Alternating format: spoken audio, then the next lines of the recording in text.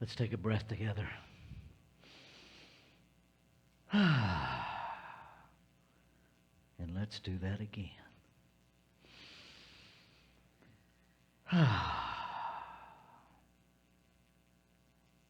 Lots going on in the one body.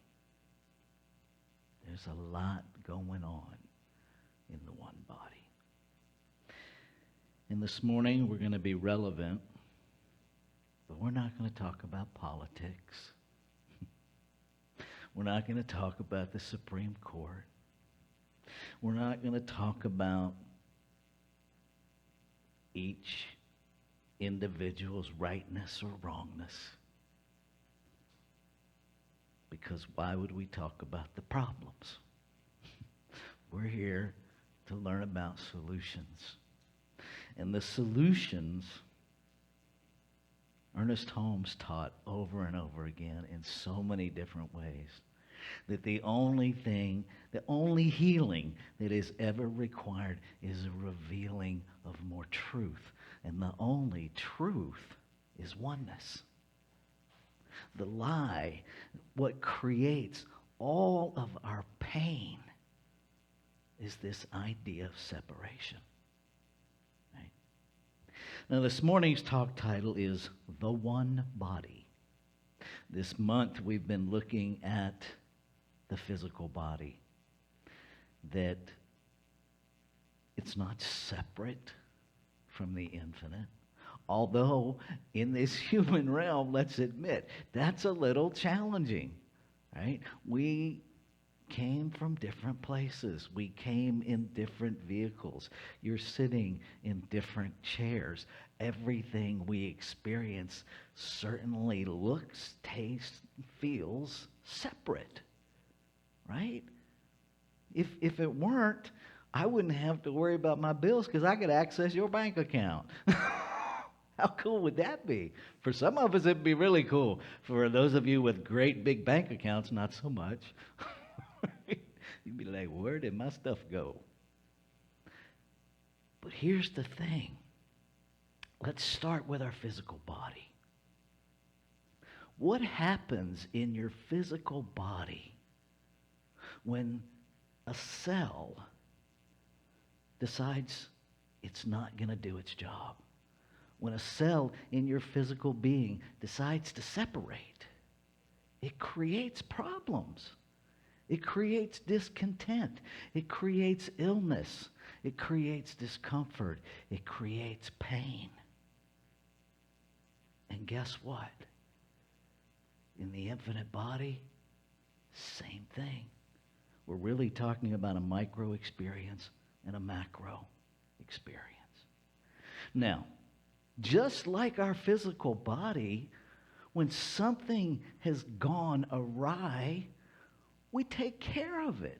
We listen to the signals from our physical body and we seek treatment.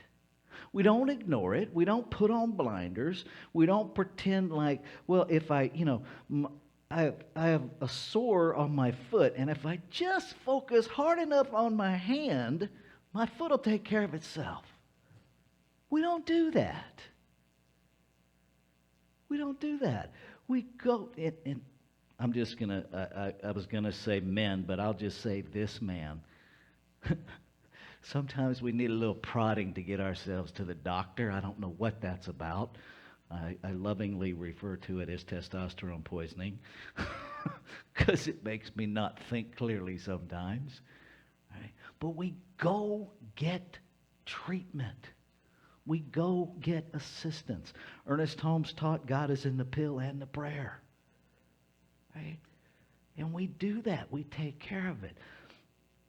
But when something big happens in the human realm, we go to our corners and we come out swinging. It's like we turn humanity into a boxing ring. Only we don't wear gloves. We come out with knives and axe and baseball bats and try to pound my perceived wrongness in you into the rightness of my perception. It's never going to work because it's based in a lie. This week, I have been on a very raw journey, a very tender journey. I have been outraged. I have been fearful. I have made up horror stories about what is going to happen to humanity now. I have taken the words of the justices of the Supreme Court and extrapolated horror stories. Why? Why would a minister who claims to live these teachings do such a thing? Because that's what I'm conditioned to do, just like everybody else. It's the human conditioning. And when we're under huge stress, we default to the most familiar. To the most familiar. Now, when we think about the most familiar, let's go back to this idea of authentic self for just a minute. We're not talking about what's familiar in your physical lifetime. We're talking about what is most familiar in the history of creation. Sometimes I'm very confused by those of us who want to stand in this, for me, an untruth, that we are living in unprecedented times. Really? Look at humanity. Humanity has always had enslaved people. Humanity has always used other humans to do the things they don't want to do. Let's look at Jesus for just a minute. There's a whole lot politically going on, depending on who you reference. He was crucified because he upset the power balance and the money. And one section was telling another section how to live their lives. These are not unprecedented times. It's just a continuation of separation showing up in a million uncomfortable ways. A million uncomfortable ways. Even, and this is where some folks I know, because I know who you are, I know some folks can get real mad right now. That's okay. You can be mad. You can even blame me. Won't make it true, but you can do that. Even spiritually, we argue for the limitation of separation. Right? Because we don't lean into the both and. There are people who have been practicing these teachings for decades. But when something happens in the human realm that challenges to a depth of cognitive dissonance, la la la la la la la la la, I'm just going to focus on my hand until my foot miraculously heals. It's called spiritual bypass. And when we really talk about oneness, we use the term spiritual bypass to avoid living in oneness. We use the term spiritual bypass to vilify people that actually are willing to stand in the discomfort, to own their humanity and refuse to act from it. From it. Where are you acting from? Where are you praying from? Are you praying from the truth of your being? Are you praying from your authentic self? Are you listening to the voice of what lives in, through, and as you? Or are you vilifying spirituality to justify your right to be angry, to justify your outrage? Here's the truth, beloveds. You don't have to justify it. But you do have to navigate it.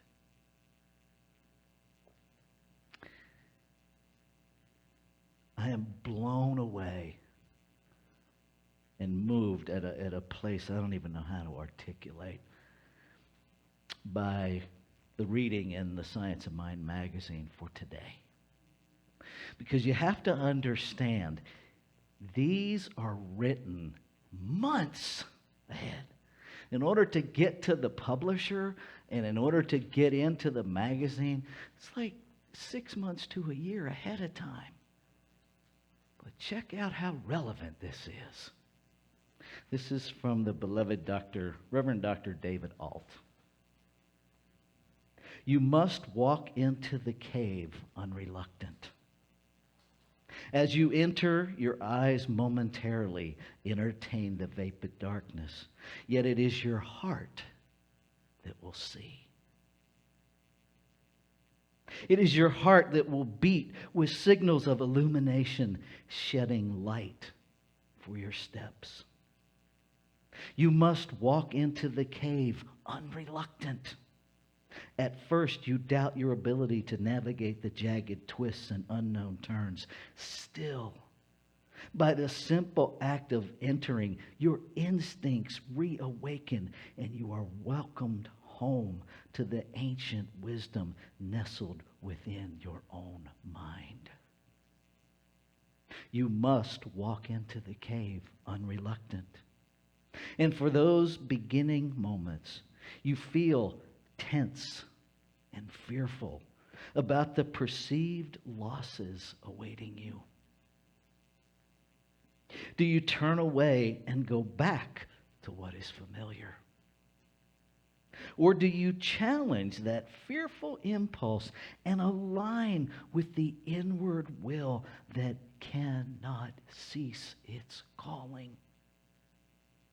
You must enter the cave unreluctant. And in those initial steps, you are weighed by all the lifelong evidence you've accumulated as to why you cannot succeed. But the deeper you travel into the cave, the further removed those stories become. A new story is established. One that demonstrates how you are far more capable than you've ever imagined or given yourself credit for. You must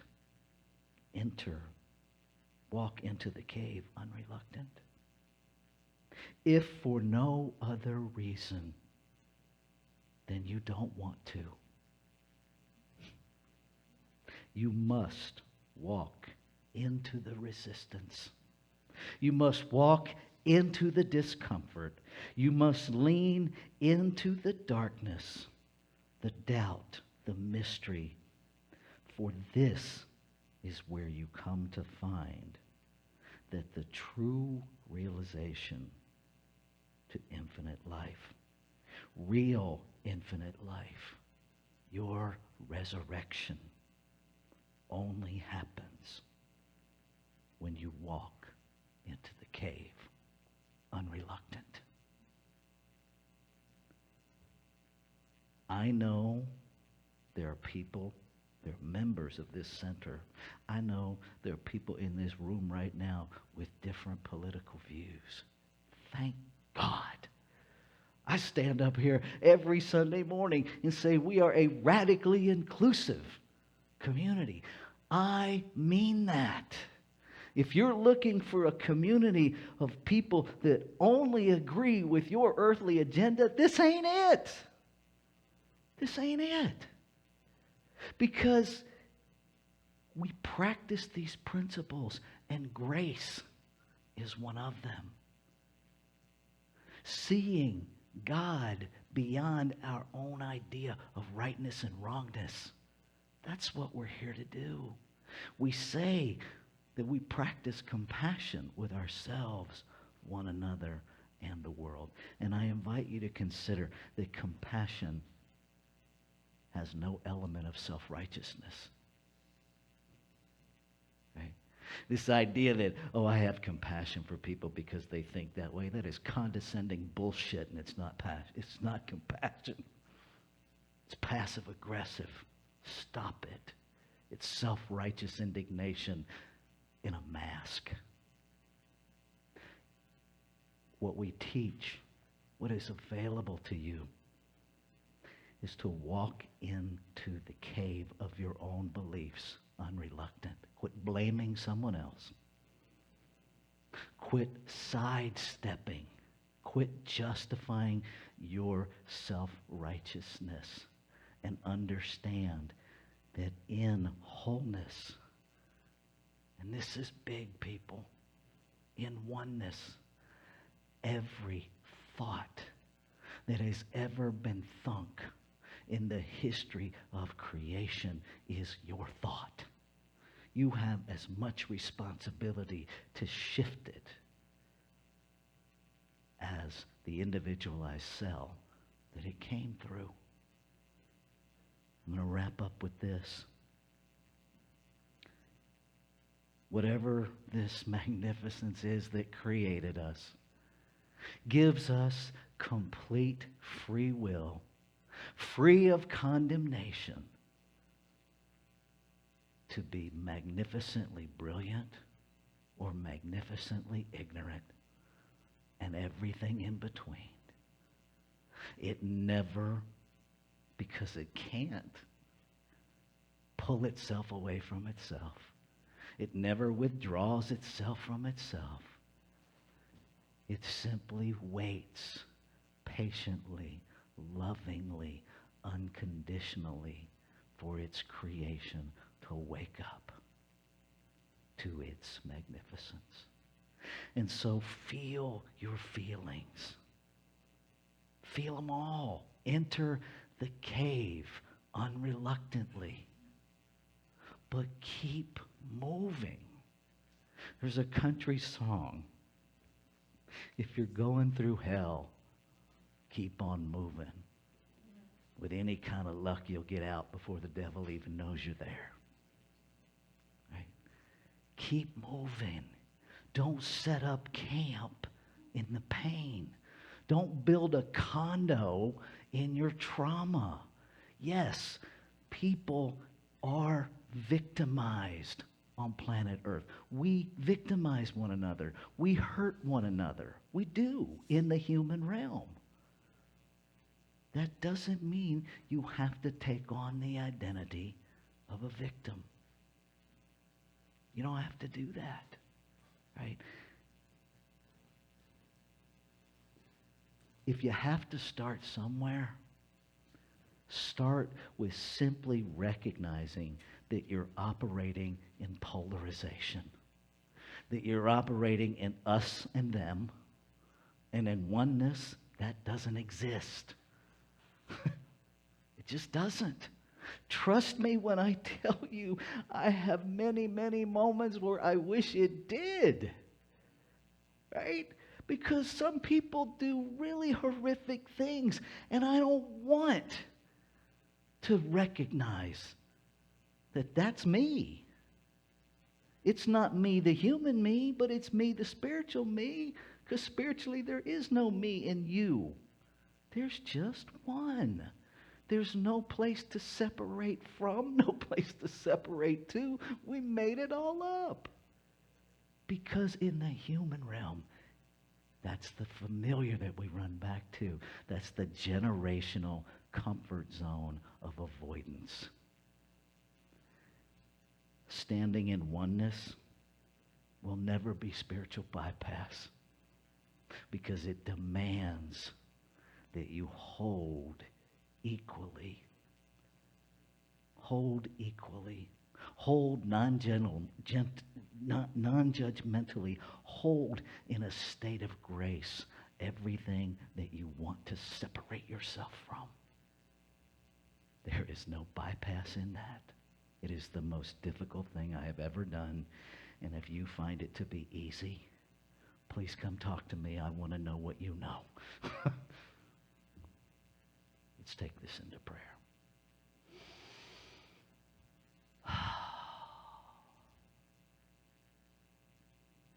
I feel the one alive in every cell of its being as this body I call mine. I am reminded, recollect, I know again, I recognize the oneness of it, the allness of it.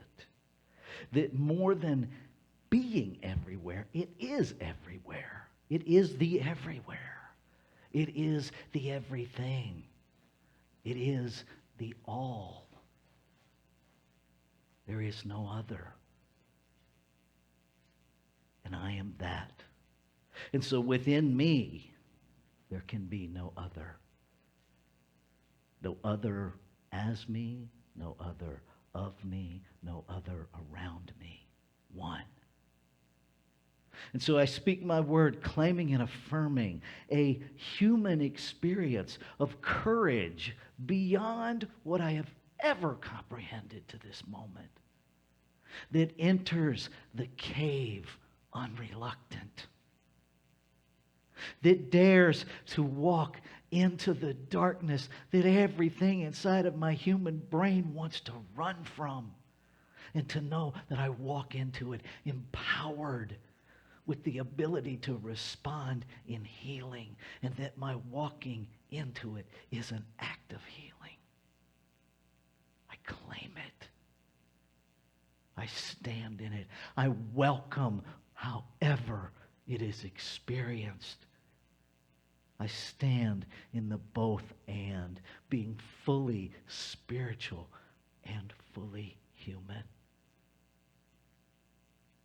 I stand that creation made no mistakes in creating itself in the multiplicity of humanity.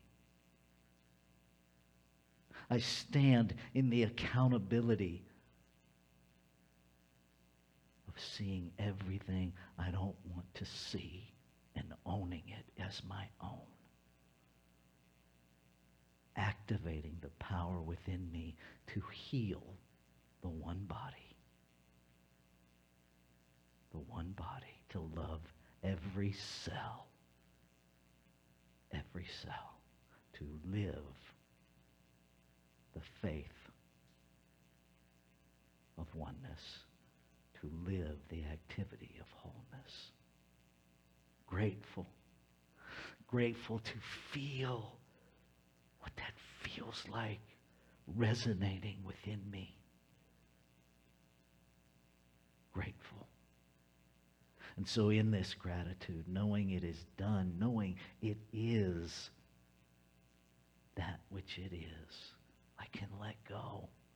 And I can simply look, listen, and feel, be open, allow myself, the capital S, to guide my every thought, my every feeling, my every action, to heal by the revealing of oneness and wholeness, beginning with me.